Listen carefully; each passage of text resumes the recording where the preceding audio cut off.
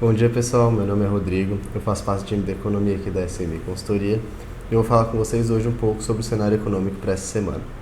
Na semana passada foram divulgados dois indicadores que podem ter aí uma influência na próxima decisão do Copom sobre a taxa de juros e que acabaram surpreendendo um pouco o mercado. Eu vou falar um pouco mais deles, entrar mais em detalhes um pouco mais para frente no nosso vídeo. Começar falando um pouco sobre o cenário internacional. O assassinato do general Qassem Soleimani pelos Estados Unidos gerou aquela resposta que o Irã já tinha prometido, como a gente já falou na semana passada. Então, na semana passada mesmo, eles lançaram 22 mísseis em direção a bases militares americanas dentro do Iraque, mas que felizmente não fizeram vítimas fatais. Já no dia seguinte, o Donald Trump se pronunciou, falando que estava tudo bem, que não tinha tido vítimas e sinalizando que não deseja um conflito armado com o Irã.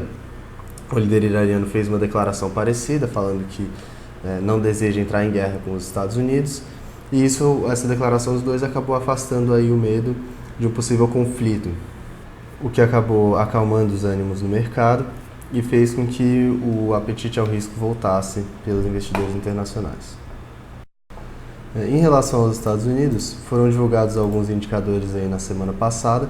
O único deles mais negativo foi a criação de postos de trabalho, mas veio um pouco abaixo da expectativa. A expectativa era que fossem criadas 160 mil novas vagas e houve a criação de apenas 145 mil vagas no mês de dezembro.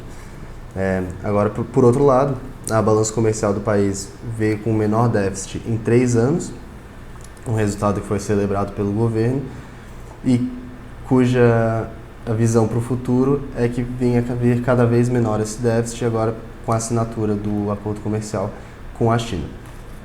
Outro dado positivo foi o PMI composto, que aumentou no mês de dezembro, apesar de o PMI industrial ter reduzido, o que significa que o setor de serviços não só cresceu, como compensou pela contração do setor industrial. Isso acaba demonstrando que o governo não tem a necessidade de estimular a economia através de taxas de juros mais baixas, ou seja, através de mais cortes pelo Fed da taxa básica de juros deles. Passando agora para o cenário nacional, o atrito entre o Irã e os Estados Unidos nessas últimas semanas acabou mexendo bastante no preço do petróleo, o que reacendeu as discussões sobre como é que o governo pode prevenir o país de aumentos tão expressivos que podem acabar afetando a nossa economia. Várias medidas já estão sendo estudadas aí há alguns meses e a principal delas é a do Ministério de Minas e Energia, que estuda a criação de um fundo. Nesse fundo, dinheiro extra arrecadado com o petróleo seria guardado e serviria como compensação, como subsídio, em casos de altas bruscas, como a que foi observado durante a semana passada. Essa política não seria uma política de controle de preços, ela seria mais aí fazendo um paralelo como acontece com o dólar. O preço pode flutuar livremente, apenas em casos de altas realmente bruscas e altas muito expressivas é que o governo interviria para suavizar a curva, para deixar mais normal o comportamento dos preços. Uma notícia um pouco mais política: o presidente Jair Bolsonaro resolveu não ir ao Fórum Econômico de Davos, que vai ocorrer entre os dias 21 e 24 de janeiro, explicando que, após análise de aspectos econômicos, políticos e de segurança, não seria o caso, nesse momento, de participar do fórum.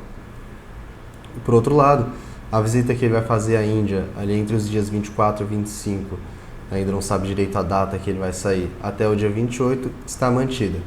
Se espera que nessa visita acabe gerando uma nova onda de relações positivas entre a Índia e o Brasil, e espera que se assine alguns tratados sobre investimento, previdência e tributos. O objetivo é criar um ambiente mais favorável para os negócios entre os dois países e para a troca de experiências e de profissionais também. Falando então um pouco agora sobre os indicadores, que eu mencionei brevemente ali no início do vídeo, o IPCA, o Índice Nacional de Preços ao Consumidor Amplo, veio acima do esperado pelo mercado. A expectativa, de acordo com o Boletim Focus, era de um aumento aí de 0,98% no mês de dezembro. O aumento observado foi de 1,15%, o que acabou fazendo com que o ano fechasse com uma inflação acima do centro da meta do Banco Central. O centro da meta é de 4,25% e o aumento observado em 2019 foi de 4,31%. Esse aumento expressivo se deu principalmente pela alta no preço das carnes, que também acabou afetando alguns bens substitutos, como o frango e os derivados, mas que não preocupa tanto o mercado, por ser um aumento pontual, que talvez daqui a pouco já vai ser compensado, e pelo aumento dos combustíveis, que o aumento dos combustíveis acaba preocupando um pouco mais aí o mercado, porque ele pode causar uma alta generalizada dos preços. Ainda assim, essa alta expressiva do IPCA não causou muita mudança nas expectativas do mercado em relação ao futuro da taxa Selic. Outro indicador que pode afetar a condução da política monetária, como eu comentei lá no início do vídeo, é o da produção industrial. Foi pior no mês de novembro do que era esperado. A expectativa era de uma queda de 0,9% na atividade industrial e a queda foi de 1,2%. Essa queda se deu em todas as 4 grandes categorias da indústria, bens de consumos duráveis, bens de consumo semi-não duráveis, bens de capital e bens intermediários.